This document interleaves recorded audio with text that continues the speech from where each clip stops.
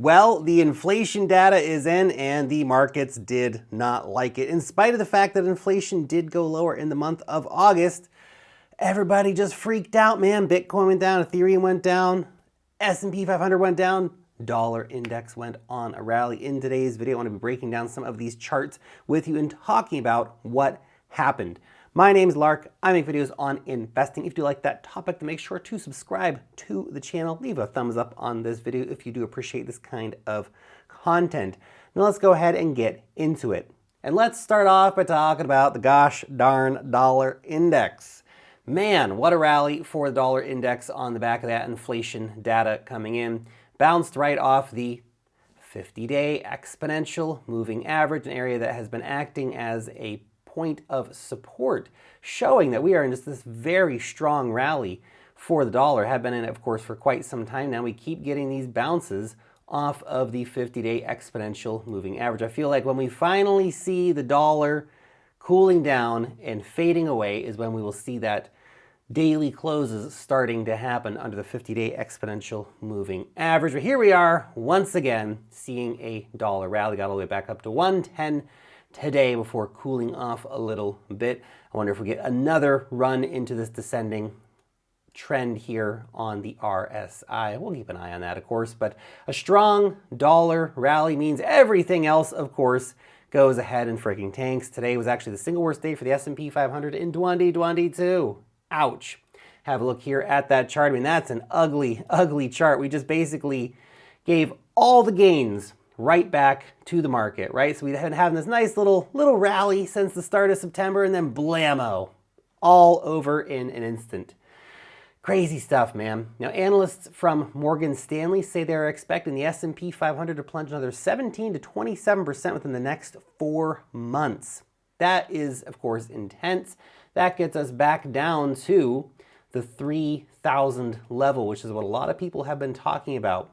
So 3,000, that gets us all the way back down right here, 23.5% down, and that kind of just a nice big fat round number. Of course, we had it as an area of resistance back here in 2019, an area of support here in 2020.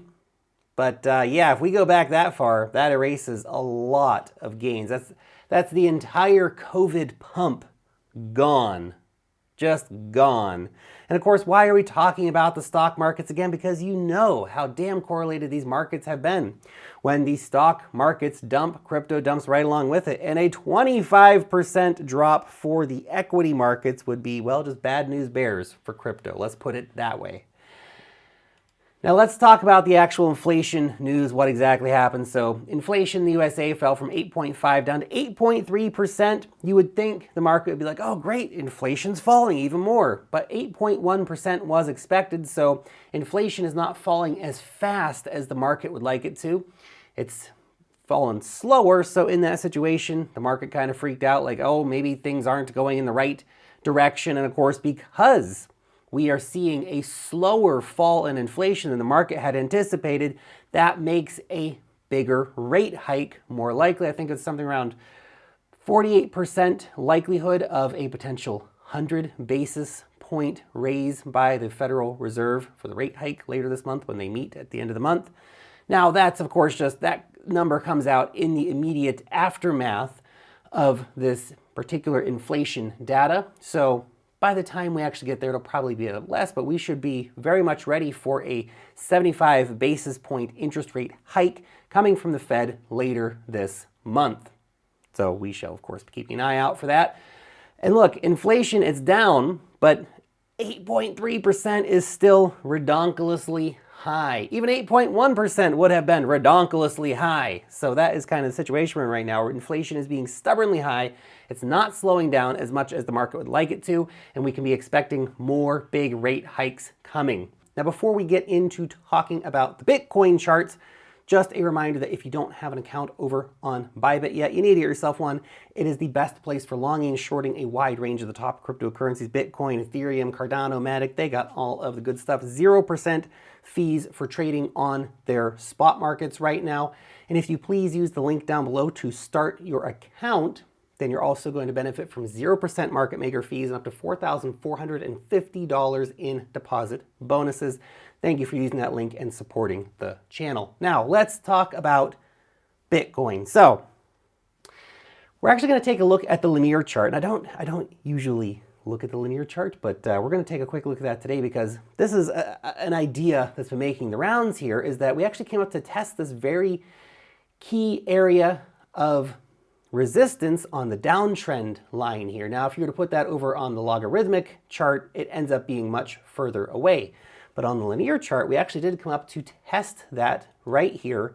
So you can see, of course, obviously we did get rejected. Like this is, we keep scaling it back, right? This is our first stage of hopium here. We'll be crossing over this on the linear chart and trying to move up higher. We did get rejected. We did get rejected here, unfortunately, at that line, but it's certainly an interesting one to keep an eye on. It wouldn't take us much to get over that line.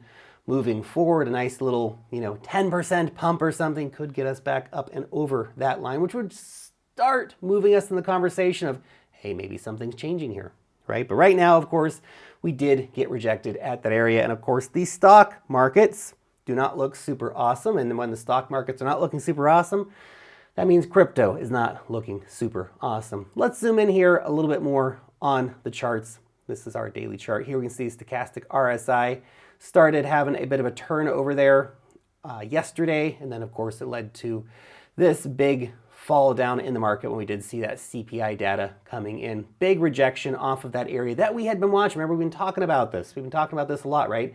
This is the area to have been watching for a rejection, and that's exactly what we got.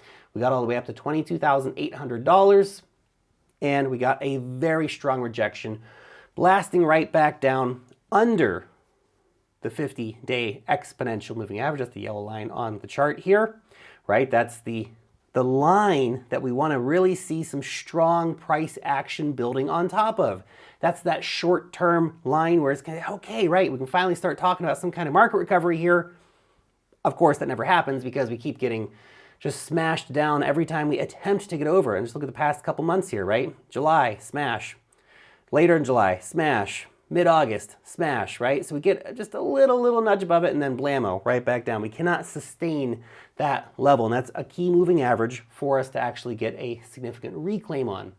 Now, with the loss of the 50-day exponential moving average after that rejection at the area of resistance that we had been targeting as the breakout for all this, well, now we are back down here, stuck in the range again, man, right back to that range that we'd been watching in late August into early September, where we initially broke down and then broke up, but now we're right back into it. Now we are once again looking at an area of resistance at $20,500, Bitcoin currently at $20,370, so that's the area where if we're going to see a reversal happening here or some kind of new breakout happening here, we want to see again the price closing up above that. Now we do have, of course, the support coming in here at $19,500. Be an important area to watch. It was important support back here in that period. So let's see if that can hold up or not. But again, keep in mind we have got a lot of stuff working against us in the macro markets right now, from the inflation crisis to the energy crisis, all of which could drag the S&P 500 down more. And if the stock market indexes come down, crypto is going to come down right along with it. We still may not have seen the low for Bitcoin for 2022 if all of that stuff plays out. If the analysts calling for lower prices for the stock markets have their predictions play out. Anyway, let me know what you think about this down below in the comment section. Do you think we're going to see another 25% drop for the stock indexes? And of course, if that happens, is it going to drag crypto down with it? Curious to hear your thoughts in the comment section. Thanks so much for watching today's video, and peace out till next time.